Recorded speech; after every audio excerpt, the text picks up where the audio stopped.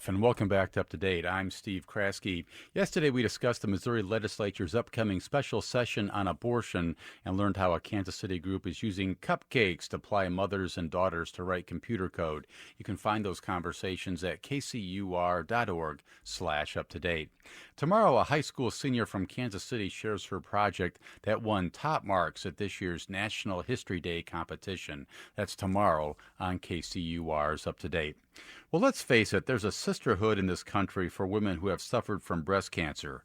Bladder cancer, maybe not so much. At this year's Fringe Fest KC, Michelle Leone tells the story of her battle with bladder cancer and what it meant for her to lose her bladder and her struggles with chemotherapy. The production is called Bladder Interrupted, a self-story about cancer. Michelle Leone has been a member of the KU faculty since 2002. She teaches theater history, dramatic theory, acting, and directing, which makes her eminently qualified to star in Bladder Interrupted. Michelle, welcome. Nice to have you here. Hi, Steve. Thanks for having me. Good to have you. Yeah. Well, you look great. How do you feel? Oh, I feel great. Well, good for you. I feel very good. It's been a year. Back. It's been almost a year. Yeah. I just got back from a trip down to South America, and I walked a lot, and I'm feeling pretty good. Oh, that's good. You were just diagnosed, as you just said, a year ago, so all this is pretty fresh for you for this production. I'm wondering, is it too fresh? That's an interesting question. I feel like the show's been a way for me to work through a lot of emotions this year. I don't know that they would be really as sharp for me if it wasn't new. And so it also was a way for me to, in an interesting way, to distract myself from just worrying about my feelings, because I could build the show and put all my energy into that. How did you find out? Well, I found out in the classic way. I went to the bathroom and I saw that I was peeing blood.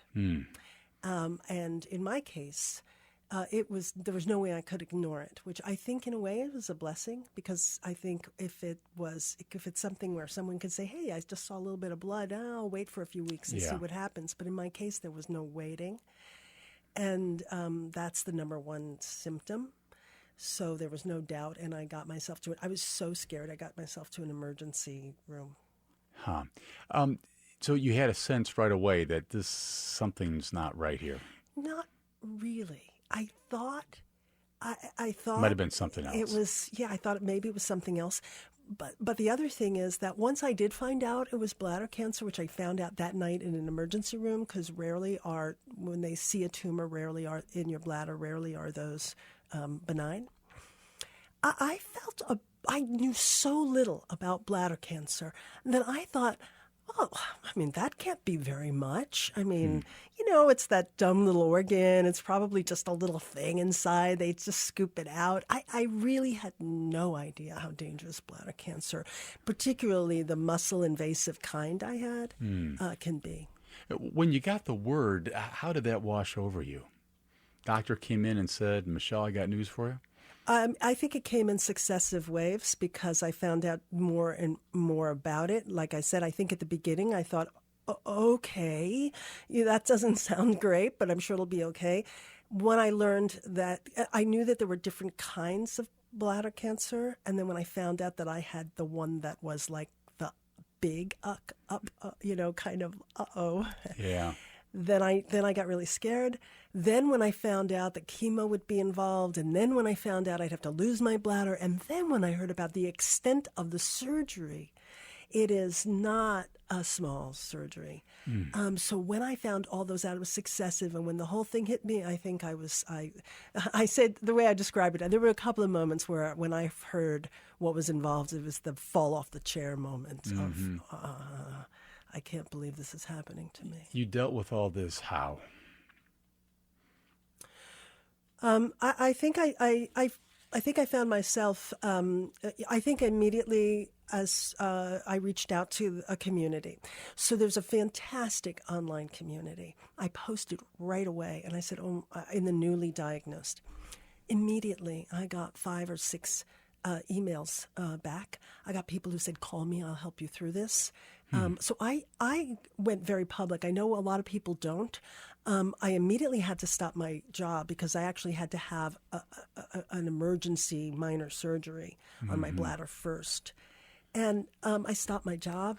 I started a caring bridge site for myself. I called family.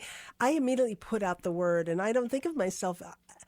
I guess I'm public. I'm a public person, I think, as a theater person. And so I was out there about it very quickly. And Yeah, then, what is it about theater people? Yeah, you guys are we're a always little out crazy. there. Yeah. They say we're shy underneath it all. I don't know about that. But I was very public, and I reached out, and I educated myself super quickly. I was all over the web. And learning a lot and trying to find the best places to get care, and thinking about what I was going to do and how I was going to do this and who was telling me to do what. And I started out at St. Luke's and then went over to KU Med. And I mean, there was lots of confusion at the beginning. And so you're coping. It's like drinking water out of a fire hydrant.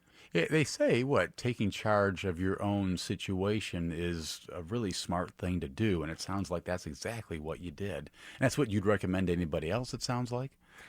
Yes, with a qualification. Which is?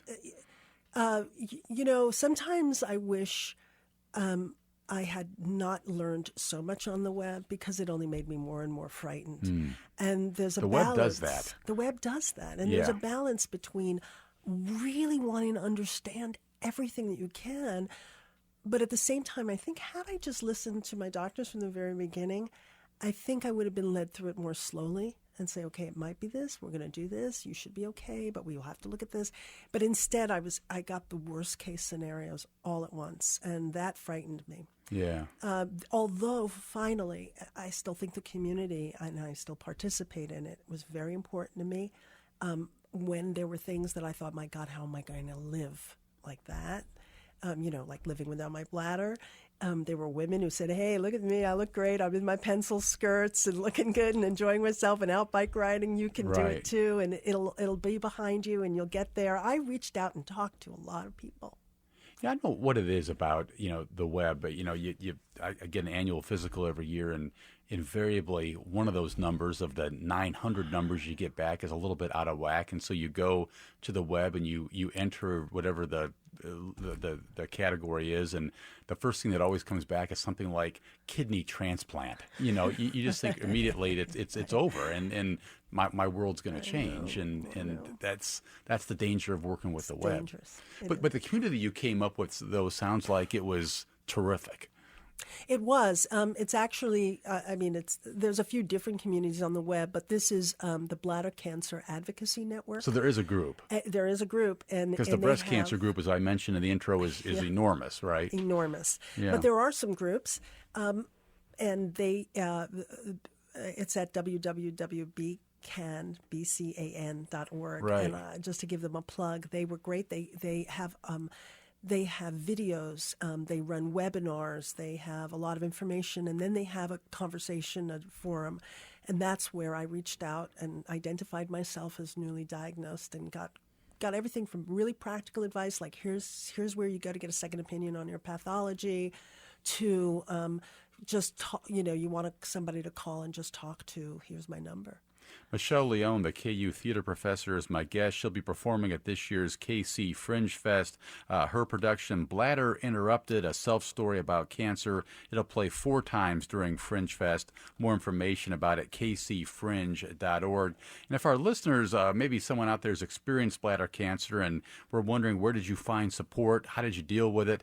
816-235-2888 is our phone number here. 816-235-2888, or you can tweet us at KCUR Up to Date. So why did you want to do a play about this thing? I had I think I've been telling my story in different ways. So I had a personal journal, and then I started to blog. I started a blog that I felt in many ways was getting out some of my frustration about the disease. It wasn't well known. It wasn't supported well in terms of research dollars.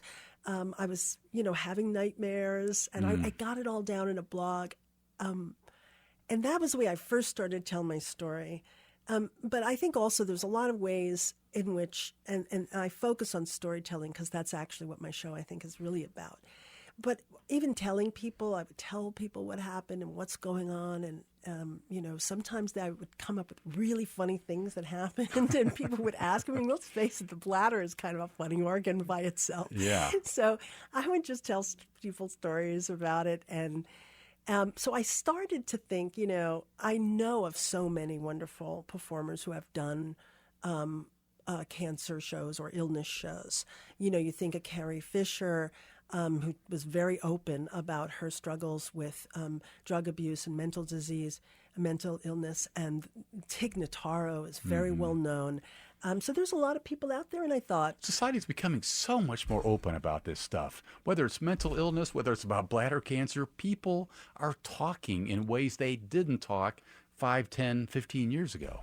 Well, especially... It's an amazing thing. I think it is amazing, and I think it's especially about something like losing your bladder, because, in the show, I'm very open. I chose the kind of what's called a urinary diversion. I chose the kind where you wear an ostomy bag. So I have a urostomy bag. And, I feel like it's a bit of the last, I'm very open about it, but I feel like it's a bit of the final frontier in terms of the way we're accepting bodies. We accept all sorts of stories. We talk about our bodies. We accept different kinds of bodies. People lose limbs and they don't, we go, wow, look at that great titanium thing you got there. Right. But when it comes to people suffering from, it could have been colon cancer or colon disease, or anybody who's wearing an ostomy bag of one form or another, people are a bit, do you really want to let people know about that? And it seems really strange because it's so intimate. It's right there on your body. It's part of your body. It's dealing with excrement. It's really hard. So you're on a mission here, maybe in a sense, to break down this barrier that, there's been so many barriers knocked down. Here's one for you. Absolutely. Absolutely. And you want people to know what? It's okay. Yeah, it's okay. I think it is okay. I think there's a few things about my show that would be enlightening. Although it's a kind of raucous comedy, it also is very educational. I think people will learn a lot about bladder cancer, learn about the symptoms, learn about the treatment. I think women especially will hear from another woman, younger generally in the demographics of who gets bladder cancer. I'm on the young side, and that's educational. And thinking about, because I think people have no idea, and I didn't. I had no idea. You're taking at my bladder. What am I going to do? I had really, literally no idea. Yeah. And I think people, it's funny when I say, well, like, what kind of cancer you have, because they always go to thinking it's breast or ovarian, because Right. of course those are much more common with women. And I say bladder, and they think for a little bit. You can see them kind of going. What does that mean? Yeah. Yeah, I didn't know you get cancer in your blood.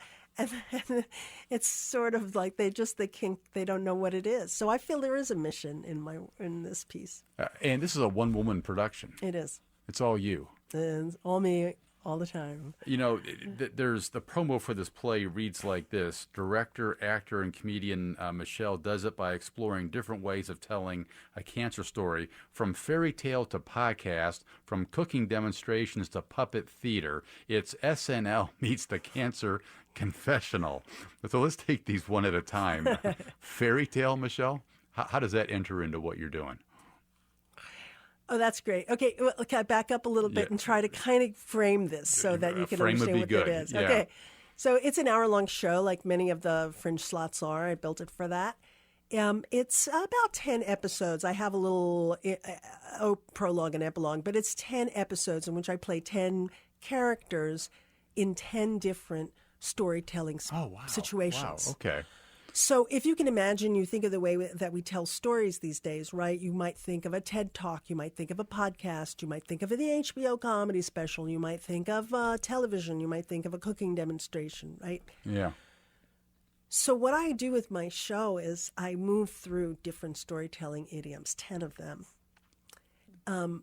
I tell the story. It's still going from how I found out I had bladder cancer, what kind of treatment, how I felt through chemotherapy, all those kinds of things are told all the way through to when I get out of my surgery and get a kind of you're on your way from my surgeon. Mm-hmm. And so I do that, though, through these 10 different characters. Now, how I chose those is an interesting kind of thing because I made a very, very long list. You could probably think of many kinds of storytelling idioms. And then I just kind of matched them up. But the fairy tale is an interesting one because I found when I try to tell the story of what happened the day that I walked into a bathroom thinking I was getting ready to go out for a long walk in the evening and get my hour-long, walk in, right, to seeing what I saw in the toilet bowl and then trying to, figure it out and then being rushed to the hospital and then, when I try to tell that story, I found myself writing it and then feeling really uncomfortable, so I started writing it in third person. So the professor woke up one morning and she was feeling great and she went, like that. And when I started doing that more and more, it started to feel like a really demonic fairy tale. Like somebody had visited upon me a fairy tale of the kind that you would tell to little demons at night. Like, look what we did to Michelle. Yeah, kind of story. So I do the whole thing in a Grimm's fairy tale called Peeing Red. Okay, I get it. You also take advantage of cooking demonstrations. Help me there. Cooking demonstrations? So, I don't know, if you watch when they do this sort of review of like cooking appliances and stuff like that on things like, America's Test Kitchen. Right. So I was kind of struck in the bladder cancer world by the amount of stuff. So if you live with a urostomy bag, and I imagine this is true with any ostomy bags, there's tons of supplies. The medical supply business for this is huge. And I could fill a table with them. So I had everything laid out, and I thought, how am I going to describe to people what this is? So I haul out an old fabulous New York accent that I have because I'm a New Yorker, and which I'm sure you could still hear a little bit of that. Absolutely. Yeah, I know. Can't take it out of the girl. And I lay it all out and I explain. So here you have a urostomy bag. On the one side you have your hole. This is where you put your stoma. And then there's a plate. It has lots of glue and it sticks on your body just like a big Band-Aid. So, and I describe the whole thing and send everybody home with their appliance. It's in a little show that we have on 10 a.m. Friday mornings on TNT called Living Happily with Your Appliance. Oh, that's funny. That's funny. And you also do puppet theater as part of this whole thing. No, you're going to make me give away all the jokes in the show. It was in the PR stuff here. I know. There's a puppet. No, there is a puppet. There's a puppet. I tell people that from the very beginning. There's a puppet. Okay. So be prepared for the puppet. 816-235-2888 is our phone number here, or you can tweet us at KCUR Up to Date. Why don't you grab some headphones there, Michelle? I'm going to grab a phone call here from Phyllis from Kansas City, Missouri. Phyllis, you're on the air. Well, thank you. I wanted your guest and others to know there is an alternative to the draconian surgery. I had urethral cancer with a tumor right at the base of the bladder. And at Mayo Clinic, the urologist was prepared to take out the bladder and the urethra. I had, fortunately, a good doctor locally here in the Kansas City area that found out from Mass General in Boston that a combination of radiation and chemo had the same success stats that this awful surgery does.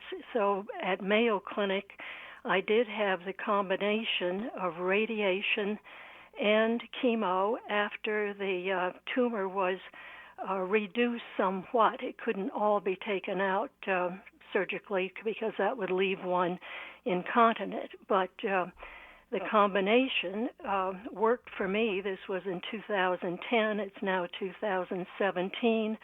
My regular checkups show no return of cancer anywhere, so I would like to get that information out for people to check it out.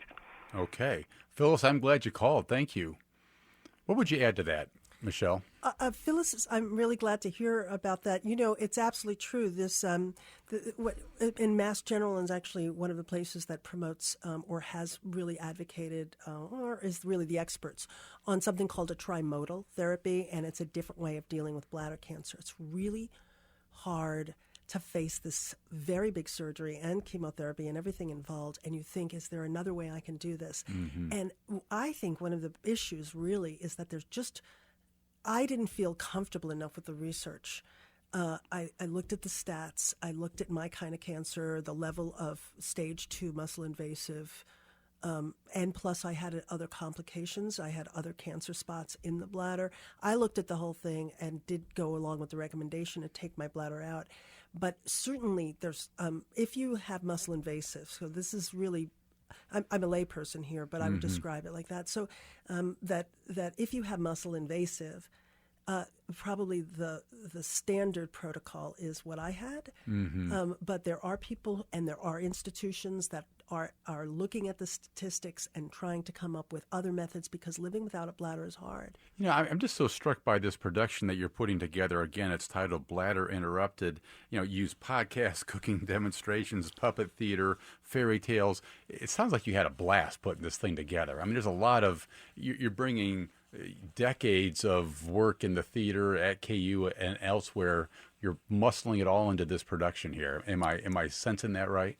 I've never. It's been many years since I've performed. I was going to ask you, show. how long? I don't perform that much anymore. I think it's been 10 years since I've been. Because you're a professor now, you don't have to let the kids do it. I right? also like to direct. I like to direct a bit more. I've had a blast putting together the show. It's not what I expected it to be when I first started. I kind of imagined it would be some stand-up monologue kind of thing and be the typical cancer confessional with my kind of quirky sense of humor. It really it moved from being a stand-up to being a theater piece, I think. When I started working with my collaborator in New York, who's a former KU student, Teresa Buchheister, who now is in New York and, you know, a fabulously talented theater artist doing a lot of things. We met in New York. I had worked on the script. I had some preliminary meetings with her, and we developed the piece. She was the one who really honed it down for me to say, what's this question that you have about why you're telling the story? And once we got into that, I said, well, because I don't know how to tell the story. And so we started talking about that, about not knowing how to tell the story. And I said, well, then let's just try everything, because telling the story is so hard that you're basically a kind of, what I say, a narrative wreck. Yeah. You don't know what your story But is. clearly you wanted to tell the story, to move past that point of not knowing how you wanted to proceed and winding up with this. You clearly felt compelled to tell this story. Absolutely. Yeah. Because that's a hard barrier to get past if you don't quite know how to begin. That would stop a lot of people. Right. You have to really, I think you really want to tell the story. The problem, then it becomes a question of creativity and humor. And I know, in a way, there might be people out there who might be offended by the idea of using humor in a cancer story. But from my perspective, believe me, the kinds of things that I talk about, if they weren't presented with some humor, I think people would be fleeing the audience. It was like, I don't want to hear anymore. The toughest part of this ordeal for you was what? The toughest part of this ordeal is fear. Do you mean the ordeal of cancer? Or the It'd be both ordeals. Yeah, all ordeals. Yeah, is fear. You never feel, I don't know how to feel safe again. I feel very good about my prognosis. I was going to ask you, what is their prognosis? It's very good, because I came out of that surgery with no evidence of disease. At this point, my surgeon thinks I'm doing extremely well. I haven't had the kind of complications some people have after these surgeries. I mean, I had some rough spots in the recovery, but I've gotten through. Fear. It's fear. You know, you know, whatever confidence you have about the plan and the rest of your life is always with now and a kind of asterisk after it. So how did it change your outlook on life as you move ahead here?